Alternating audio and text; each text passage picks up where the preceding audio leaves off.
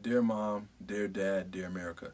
Produced by Otis Brown Jr. and myself, Justin Taylor. As you watch this, you'll see different people, both men and women of different ethnicities, mainly brothers and sisters, describing how their childhood played into their relationships in their 20s, early 30s.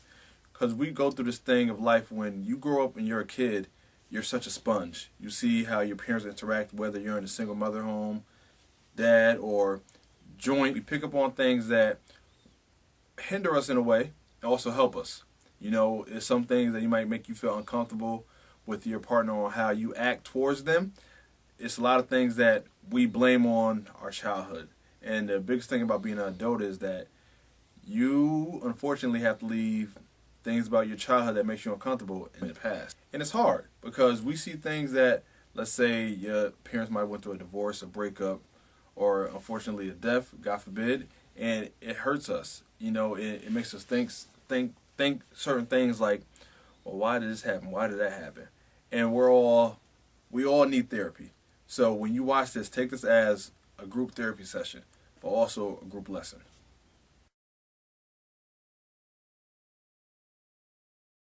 I didn't get a sit down.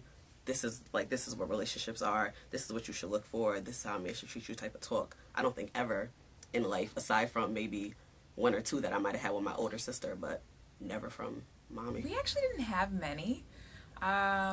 She dated, so it kind of like everything I learned was kind of monkey see, monkey do type thing. Those were never really talked about in my household. It was always, you need to be strong and independent.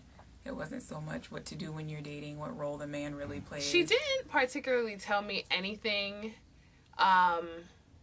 directly related to a relationship, but she showed me things that I learned about being in a relationship, and what to expect and what to not settle for. When I used to bring guys home, my mother would ice grill them. Like, who are your parents? What do they do? What is their credit score? All well, that it stuff. was just no boys. Like, that was like, no boys, no talking on the phone to boys, no going over to boys' house. He can't come over.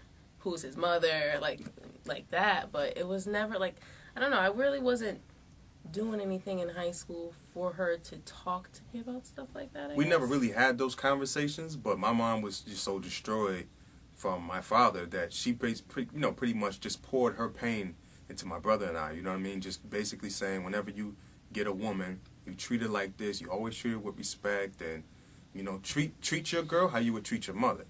She always taught us how to be gentlemen. She raised us to be gentlemen, but we could never talk about relationships and stuff like that. I just felt like she never really had the confidence to be able to explain to us how it works, because what she's seen growing up with her mom, she pretty much mimicked the same thing. So we really never had those conversations. All she really did, like I said, was just tell us what we need to do in order to make a woman happy.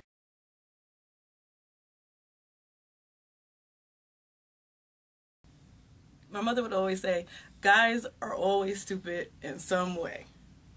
And she would always stress, though, that there was the stupid that you could deal with, and there was the stupid that would be a deal breaker. And she always also pointed out things in me when I was in relationships, and still am in a relationship.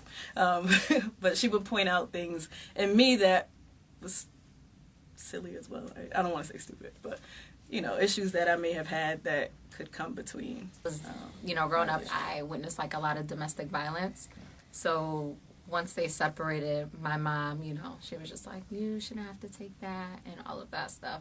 And I knew that that's what I was not going to accept. I know my mom stayed with my dad for a very long time because she wanted to make it work for, me and my brother.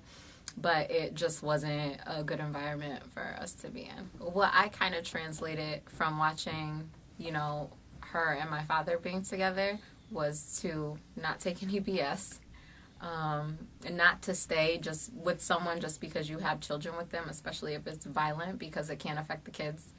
And to just also know that, if you're in a disagreement or something like that, no one has to get physically aggressive.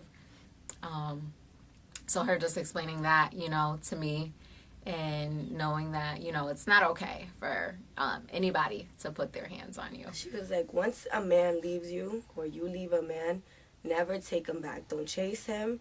Don't follow him. Don't call him. Don't do anything. Once it's said and done, just leave it there. Because if you keep taking him back, he's just going to think you're a game. And he's just going to keep playing. So one thing my mom always harped on was be a man. Like, you know, do the things that a man should do. Like, if you're going on a road trip, the man should do primarily most of the driving, if a little, not over half. You know, pay for the first few dates before she should start chipping in. Be respectful, but don't get walked over, because she also will tell me women can use men too and make it seem like they're so into them. So she always gave me both tails of the tape. With my mom just raising me and my brother as like trying to teach us how to be gentlemen, I feel like a lot of women over my years has taken advantage of like me being the sweetheart. You know what I'm saying? Where a lot of women are used to their men being a little more aggressive, a little more like, you know, sort of telling them what to do and you know, just being the typical man. Like, you know what I mean? And what my whole focus was not to be that, because I seen that didn't have a positive outcome. And it's not just with my mother, it was with the women in my family. So, you know, I had to learn over the years how to adapt and be more of a man in a relationship, but not saying I needed to be disrespectful, but just knowing what's tolerable and what's not, you know, what's acceptable and what's not.